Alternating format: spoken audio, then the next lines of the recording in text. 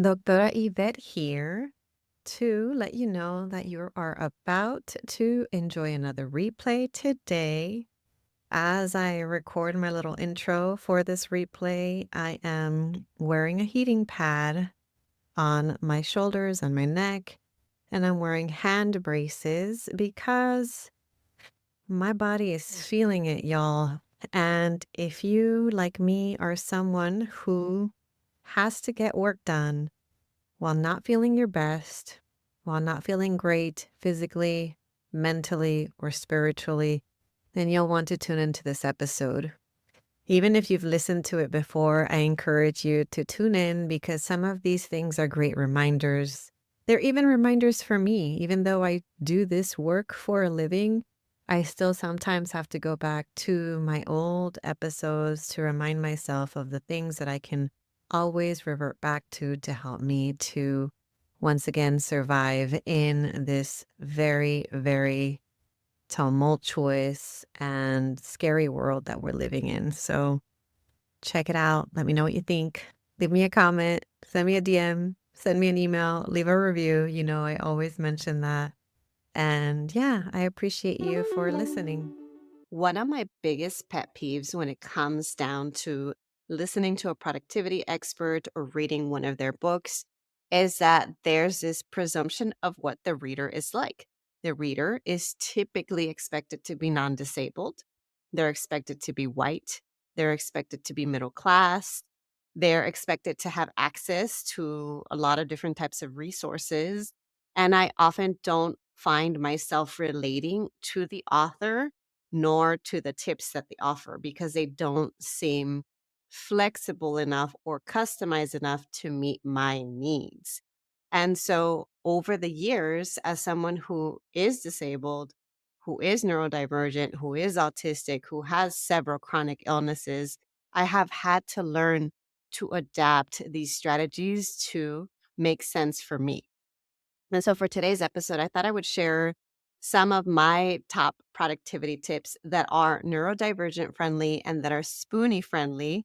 And I hope that at least one of them is one that works for you. So listen up and tune in because I have a lot to say. Welcome to the award-winning Grad School Femtoring Podcast, the place for first-gen BIPOCs to listen in on inclusive grad school stories and learn about personal development and productivity tips. This is Doctora Yvette Martinez-Vu, a certified coach, consultant, and author, and I will be serving as your femtor, providing you with insider knowledge to help you reach your personal and professional goals.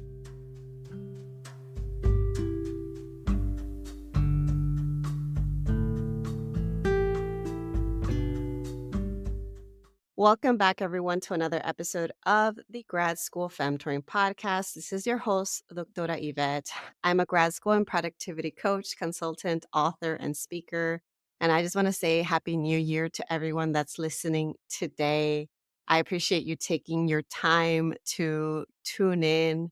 And I hope that what I have to say today will be helpful for you as you work on your goals, whether they're brand new goals that you just set or their continuation of last year's goals. I hope that you can find something valuable today. So, before I go into sharing my top 5 tips, I want to share a couple of caveats.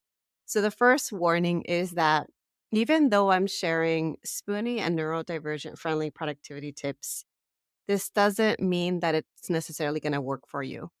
I don't believe that there's a cookie cutter approach to how you do your work, how you live your life. I also don't believe that something that works for you right now may necessarily work for you in the future. I think that this process of figuring out ways to work and live your life that work for you is iterative. And because it's iterative, you have to keep trying and testing new things out, keep what works, change what doesn't. And over time, you'll slowly pick up more tools and tips for your toolkit to help you to hopefully make your life more manageable, more sustainable. And that is the goal. The other thing I want to say before I go into the tips is that Even though I say that these are spoonie and neurodivergent friendly tips, when I'm referring to neurodivergence, at least for this episode, I'm referring to ADHD and autistic or autism friendly tips. I am not referring to other forms of neurodivergence. Neurodivergence is an umbrella term that applies to all different kinds of conditions and identities that can impact the way that your brain works, and it just works differently from neurotypical people. And because my experience has been working primarily with folks who are autistic or ADHD, those are the two forms of neurodivergence I'm explicitly talking about. And those are the ones that these tips might be applicable or helpful for. And same thing with Spoonie. If you are a Spoonie and you have chronic illnesses, I don't know the extent to which your chronic illnesses are impacting your life. You might be able to do a lot of things, even with chronic illnesses, or you might need a lot of additional supports, and even my tips might not be applicable for you. So take it with a grain of salt. If something works, great. If it doesn't, find other alternatives. And then the last thing I want to say before I get into it is that this episode was inspired by a moment of inspiration and hyper focus that I had over my holiday break. I took some time off from work. And of course, even though I say I'm not going to work, I have a lot of fun with learning about productivity. It's one of my special interests. And I just had this moment where I wanted to work on a spreadsheet to write down all of the different productivity tips that I have learned and that have worked for me. And I actually categorize them by which of them could be helpful for folks with chronic illnesses, which of them could be helpful for folks who are autistic or who are ADHD.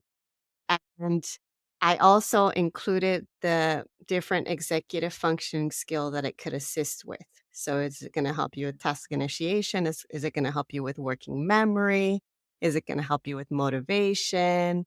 That way, when I have my moments where I'm struggling, I can refer back to the spreadsheet with several different tips and find one thing that I can try. And if you're interested and curious, this is actually part of a productivity resource bundle that I have on my shop. So you can check it out. I'll link it in the show notes. But in any case, I'm sharing my top 5. And if you want more, go check that out. So let's dive right into the first productivity tip that I'm sharing today.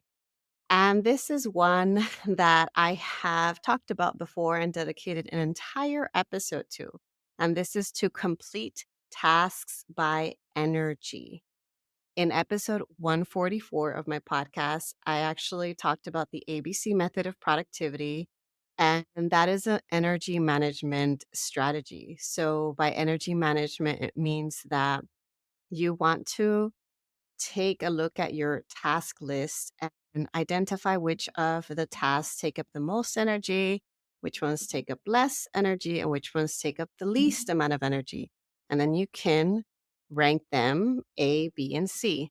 A takes the most, B takes less, C takes the least amount of energy. You want to match that with your own energy levels, thinking about the time in the day when you have the most energy, when you start to run out of steam, and when you have the least amount of energy. It can be helpful to also figure out what your circadian rhythm is like and whether or not you're a morning person, afternoon, or evening person, as that will help to indicate when are the best pockets of time you may have during the day to do the work that takes up the most energy. So that is the first strategy or the first productivity tip. Complete tasks by energy. And if you want to learn more, again, check out episode 144, which will also be linked in the show notes. The second tip that I love, I use this all the time. I know that my coaching clients will be very, very familiar with it because I say this at the end of every single session. And that is that I want to encourage you to start setting minimum and maximum goals. I know that I've mentioned this in productivity related episodes in the past. I don't think that I have dedicated an entire episode to it, but this is why I love this tip. When you encourage yourself to set minimum and maximum goals, you're giving yourself a range. When I'm referring to minimum goals, I'm thinking about if the world falls apart, if you have a really rough week, if life happens, what's the bare minimum that you can do to still push the needle forward on one of your goals? And then by maximum goals, I mean, if everything goes well in an ideal world, you have a great week, everything's working in your favor, what is the most that you can get done toward this goal without burning yourself out? And that's really, really key is figuring out what is the most that you think that you can do without feeling like you're gonna run out of steam and make yourself sick in the long run. It has to be a sustainable amount of work. So if you haven't tried this out before, you can do this when you set your weekly goals, or if you prefer to set monthly goals, you can do it that way. You can even use it for daily goals. I know that I write down my daily goals on a Post-it. I also have this other resource called a daily focus planner that I offer for free in my Grad School Femtoring resource kit. And there I'm able to write down what my daily goals are for work and for my personal life. And so for me, it's helpful to have a range because no day is the same. There are some days that I'm flaring up. There are some days that I'm very, very tired, fatigued, low energy. And so it helps to not feel like I'm never reaching my goals and instead give myself some grace and some wiggle room in terms of how I reach my daily, weekly, or monthly goals. Now, the third productivity tip is to identify a focus or a theme of the day. And I'm going to mention my daily focus planner again. It's a one-page sheet. I think I've mentioned it on the podcast before, but if you haven't heard about it, it's a one pager and it has different areas that you can fill in. It's a handout. On the top left, you can see that it says today's area of focus, and you have to write down one word or phrase. And then it gives you a section on listing 3 work priorities, a section on listing 3 personal priorities, and a section on listing what you got done, your got done list. Instead of a to do list, you're focusing on giving yourself credit for all the things that you did. And so what I like about this daily focus planner, it's called a focus planner because it's forcing you to identify what are the things that are most important to you today. And so what is today's area of focus? For me, today's area of focus was making sure I got this podcast episode recorded, even if there were hiccups, even if I'm feeling out of practice because I took a bit of a break. That's okay. That's the goal for today. And so my minimum goal is just to record it. My maximum goal is to record, edit it, do all of the back end work that I need to do to upload it and get it ready for releasing it.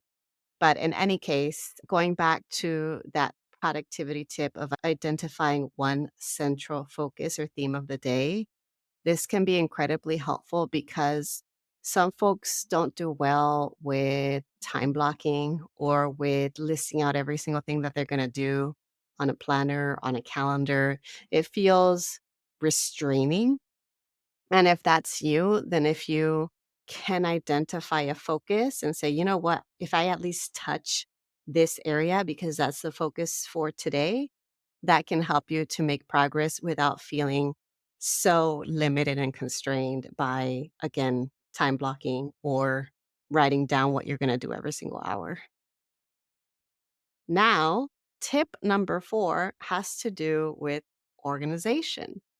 And I'm a big fan of using folders and baskets to store everything. When I'm talking about folders, I'm thinking more about digital organization and making sure that you store things in folders with umbrella terms that your future self will remember. So think about breaking up your materials, whatever you have on your computer or on your drive of any kind. Break down the folders based on major categories of your life and of your work. And when you write down the titles for each of those folders, think about the keywords you're going to remember in the future. How are you going to search for this in the future? Are you going to search based on year that you worked on this? Are you going to search based on a particular term? Are you going to search based on certain key phrases? And if so, then use that for titling your folders. And then baskets. By baskets, I'm referring to actual baskets. Like get yourself a bunch of baskets, go to the dollar store or go to your local Ross, TJ Maxx, whatever store is available to you that is within your means, that is accessible to you, and get yourself a bunch of baskets. And wherever you find yourself naturally leaving things, add a basket there. So if you show up at home and you're like, I keep leaving this pile of my stuff right in front of my door, then maybe you should add a basket there. If you find yourself leaving a pile of dirty clothes right next to the shower, then there might need to be a basket there. So just take advantage, buy as many baskets as you can, and have fun with it because you don't have to have a home that and even a workspace that looks exactly like everybody else's. You want to make it your own and what works for you. And so if you are thinking about, okay, this is the year that I want to be a little bit more organized and set up my office in a more organized way, don't think about these normative notions of what an organized and tidy and neat space looks like. And instead think about where do I naturally want to leave stuff? Where do I naturally want to grab stuff? Where do I naturally want to sit down? Where do I naturally want to work? And rearrange things that way. So if you're curious about this topic, there's this book. I don't even have it on me right now, but it just popped in my head. Let me see if I can pull it up really quickly. I think it's called How to Keep House While Drowning by Casey Davis, but I just want to make sure that I actually give you the real title. It is called How to Keep House While Drowning by Casey Davis, so my memory is not that bad. In any case, the whole point of this is that you want to set up little mini systems that work for you. So another tip related to this, related to folders, baskets, putting things in places that are accessible to you, if you're able to get multiple options of the same thing that you use. So, for example, one of the things that was bothering me is that I only had cleaning products in one of two bathrooms. And so I had to keep moving them from one bathroom to the next. And then I thought to myself, I think I can afford to get two of these spray bottles. I think I can afford to get two of these towels and have one of each under each bathroom sink. And so now every time I go into a bathroom and something bothers me because it's dirty, instead of then not doing it because I'm annoyed that I have to go to the other bathroom, I can just do it right then and there. That's not to say I always have the energy to do it, but at least it is one less hurdle. So that's what I'm thinking about in terms of how you organize stuff. You want to make things accessible and you want to minimize hurdles that get in the way of you doing the things that you want to do. Okay, so now we're getting to the fifth and last tip, and this has to do with rewarding ourselves.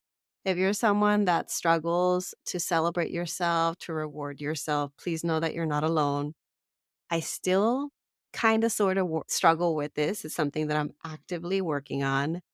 But I used to be the type of person that felt guilty that every time I worked, I needed to snack on something, or every time I worked, I needed to, do something to kind of lift up my mood. I didn't realize that it was just me needing extra dopamine. And so I'm not telling you that you have to go ahead and pack yourself a bunch of snacks while you're working. You get to decide how you reward yourself, but figure out what works for you. Because I know some folks who, like me, make themselves feel bad for wanting to reward themselves during the process of doing something instead of after. And let me just tell you, for those of us that need a little bit of extra dopamine, especially those of us with ADHD, it is completely okay to reward yourself while you're doing something. It is also okay to reward yourself after doing something. You can do both. Nobody's stopping yourself. You just have to figure out the ways that you can reward yourself that are available to you. So obviously, I'm not telling you go and break the bank and get all the things that you want to reward yourself all day, every day. What I'm saying is find ways, whatever works for you, to reward yourself. Maybe it means telling a friend that you got through this very difficult task on your to-do list as you are transitioning to the next task. Maybe it means getting yourself a sticker chart and giving yourself stickers every single time you get through a difficult part of a task. Maybe it means getting your favorite snack and having it available to you and eating a little piece of your favorite snack as you're working on something. I don't know. You decide. And if you can't figure out ways to reward yourself, go ahead and experiment with Google or AI to find options to figure out, okay, what will work for me? There's so many tools nowadays at our disposal. It's almost overwhelming, but find one and create a little list of rewards and go ahead and give yourself permission to celebrate yourself for all the progress that you're making. Now, those are my 5 tips, and I know they might not work for everybody. And I also wanna mention that for me, another thing that has helped me a lot, this is not one of the 5 tips, but I just wanna be completely honest with you, that at the end of the day, some of us are just doing way too much. And at the end of the day, capitalism is really, really hard on our bodies. And sometimes, no matter how many tips and tools and strategies you have access to, it is still too much. And the demands on life are too much for you to handle. And if that is true for you, I just want to say I am so, so sorry. And that I hope that you can find ways to do less, even if it means disappointing others. I hope that you can find ways to pace yourself. I hope that you can find ways to rest without feeling like you need to earn it. Because, yes, I use all these productivity tips. I really like them. I like that they help me to do work sustainably, to do work in a flexible way. But at the same time, a lot of it has meant me completely changing my life so that I can do less. That a lot of it has meant me shifting the way that I am in relationship with others. I know that some people would rather see me the way that they once saw me back when I wasn't accommodating myself. They would rather me be the person that was at everyone's call, the person that was always answering emails within minutes of receiving them, the person that never took time off, the person that you could count on, because my entire life and identity was built on achievement. My entire life and identity was built on people pleasing, perfectionism, and this deep-seated fear of what would happen to me if I disappointed others. Because at the end of the day, I had not been taught how to love myself enough to be okay with disappointing others. So, all of this to say that these are just a few tips. Take it with a grain of salt. They may or may not work for you. If you want access to more tips, feel free to check out my resource bundle. It's 2 spreadsheets. One of them has a collection of over 30 tools that can help you to boost your productivity. And again, tools can help, but we need to work on ourselves, and we need to get to the root of why we are struggling so much. And then yes, if you want to add a tool here and there, great. The second sheet from this resource bundle is a guide that includes the specialized productivity tips for folks with chronic illnesses, autism, and ADHD. So if you want to have access to these spreadsheets that can help you to adapt your productivity tools and tips to best meet your needs, check it out. And if not, I hope that you will continue to make time for reflection, trying things out, and figuring out what works best for you. So, if you like what you heard and you want more, the other thing I have to say is that I would love for you to invite me to facilitate a sustainable productivity workshop for you and your group for your events. I am available for speaking engagements this year. And I would love, love, love to speak for more nonprofits and more mission-driven companies. That is my goal for 2025 is to expand the reach of my work beyond academia into other spaces because I do think that this work is needed. And I do think that, we all deserve to do work that feels good for us. All right, y'all, that's it for today. And I hope y'all have a good rest of your week. I'll talk to you all next time.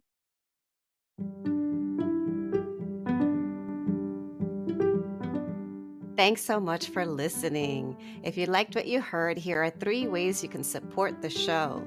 The first is to make sure you're subscribed and leave a review on Apple Podcasts. The second way is to get your copy of my free resource kit linked in my show notes. This kit includes tools, worksheets, and podcast playlists on all things grad school, productivity, and personal development. The third way to support my show is to follow me on social media. You can find me on Instagram with the handle @Grad School Femtoring and on LinkedIn by searching my name. Thanks again for listening, and until next time.